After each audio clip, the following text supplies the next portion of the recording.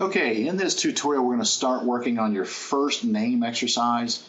So in week 2, you'll have a special effects, your name assignment that's listed there, and here are the instructions for that. So what we're going to do is we're going to go ahead and open up a new working area. I'm going to set my resolution here to pixels, 1000 by 1000 by 100. And here the background contents can be white. That'll be fine. So what we're going to do is here, hit OK. Now in this exercise, we're going to learn how to do some different things. Simply put, I just want you to put your name on the screen.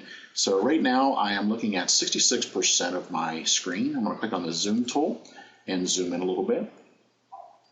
I'm going to slide over so that my menus aren't in the way. I've got my screen kind of small here so that the screen capture will look okay to you guys. If I'm out full screen, everything will look very small.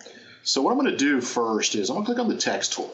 So you'll notice over here on the left side, there's all kinds of tools available to us, such as our magic wand. We will get to that. There's our rubber stamp, our paint tool, our brush tool, and so anyway, there's the dodge and burn and text. You'll notice that all of these have a down arrow beside them. So if I click and hold on the T, you'll see that I've got other text tools available to me. So I'm just going to click on the horizontal type tool here. It's default, so that's what it should be. At the top of the screen, I'm centered, and you can make your text color whatever color you want. So I'm just going to make mine SIU green or close to it. I'm doing OK. And the font right now size is 60, so I'm not going to worry about that. And the font type. So anyway, I'm just going to click on the screen here and type my name. And first name is fine. You don't have to do the whole name. That way, what we can do is get our font and our text a little bit larger. So I'm going to highlight the text there. And up top, I'm going to put in 300. I'm also going to change the font here to Impact. And Impact is an easy font to work with when you're demonstrating tools and how to use them because the font is really thick and allows us to see everything that we want. So what I'm going to do now is I got a font of Impact. The font size is 300 and the font is green, which is okay. So I'm going to choose my picker tool up here. So click there and that'll solidify the actual effects. I'm using the scroll on my mouse just to scroll up a little bit. So I'm pushing my mouse forward so you can see everything that's going on over here. Now, first thing I always do when I work with these images is I make the background unlocked. So just double click on that layer, click OK. All right, now to get to our special effects, there's several different ways of doing it, but what I find to be easier, if you just click on your layer, this whole layer section here turns blue. Off to the right of the layer, not on the name, not on the text tool, because if I click here, it's going to ask me to rename. If I click here, it's going to ask me to change my font type and color and all that kind of stuff. But just double click in the blue out here to the right. Now what this will do is this will turn on the special effects for this. So here's my font. So for example, I can put a stroke. All right. Now my stroke color here is green. So you're not going to really see a whole lot going on here. So now what I'm going to do is I'm going to click on the word stroke and it's going to bring up my options for that special effect. So the stroke color here is green, and what I'm going to do is, well, let's just make it something that we can all see. So I'm going to turn to like a blue, and you can see over here, we now have a blue edge going around that. So I'm going to hit OK, and that allows me to use this color and see it. Up here, you'll notice that 3 is highlighted, so I'm going to change that to 6. And you can see here, now we have a stroke effect going around the image. Now on this here in the exercise, you'll see that we have 4 different special effects and we've applied 1. We could also use the gradient overlay. All right, so we made the font color green. However, if we go to the gradient and click on the gradient here, we can choose green. And again, it doesn't really matter what you choose. We have the yellow.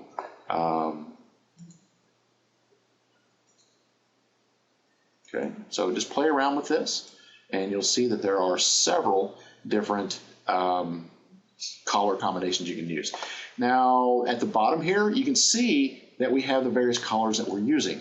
So if you don't want yellow in your color combination, you can just click on the color here, choose a different color, and you'll notice it'll take effect as well. All right, so again, you can just play around with these. Now I'm gonna go ahead and set that back to yellow. And I'm gonna click OK and OK. So you'll see that you have to click on, not only do you have to turn it on, but you have to click on each one of these special effects here to get them to be exactly the way you want. And you know, the scale of these, and you know, not only the colors, but come in here and play with all of the different types of things that you see, even with the angle. I mean, there's so much we can do with this. All right, so right now we have the stroke effect on there, and we have the gradient effect. Something else we can do is, in order to lift the text off the screen, is we can put a drop shadow on here. So I'm going to come up to the top, and I'm going to click on drop shadow.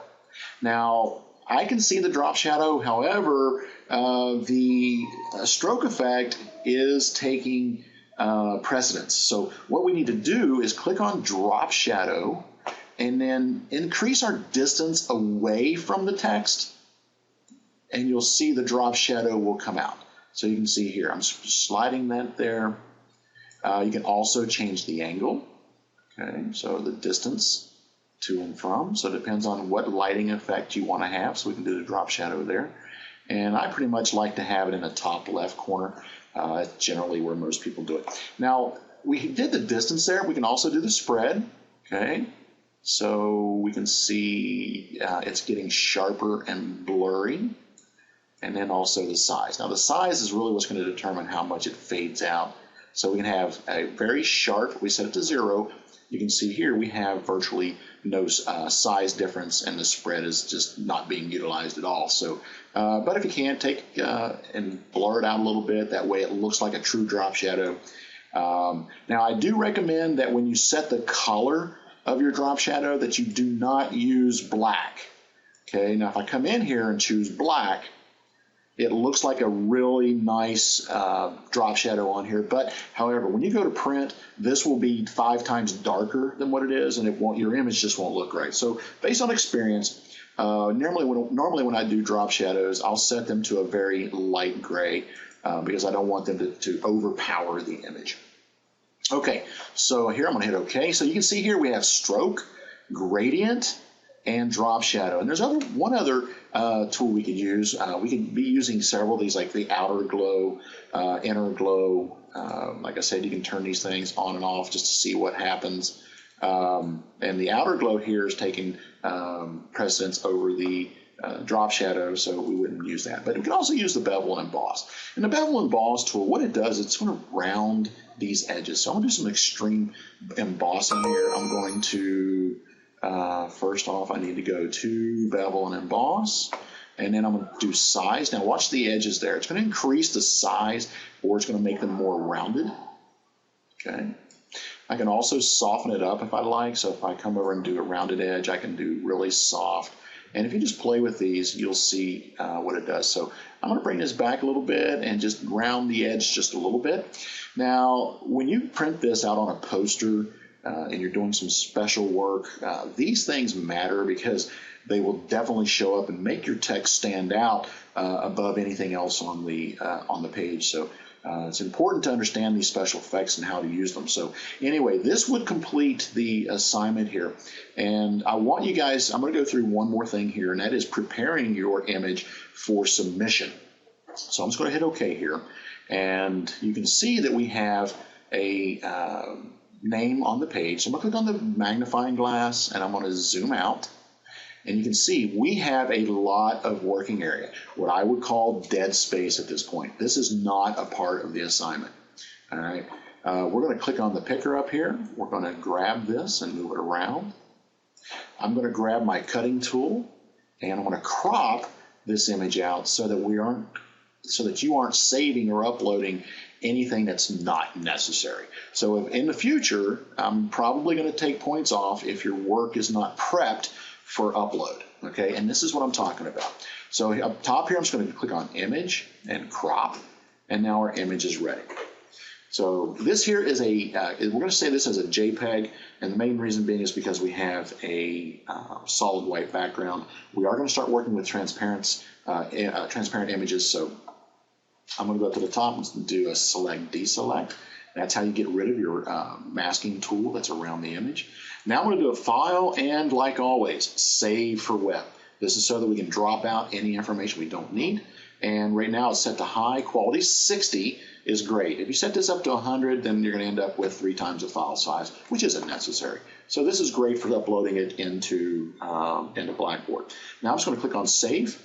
Save it out to the desktop, and we'll call this, I want you to put in your name exercise 1. All right, now exercise 2, we're going to work with the text type masking tool, and it's going to be a lot different than this here. So anyway, this will be exercise 1, and I'm going to hit save. And now what you can do is take and upload this image into Blackboard and save that for exercise number 1 there. Special effects, your name exercise. Thank you.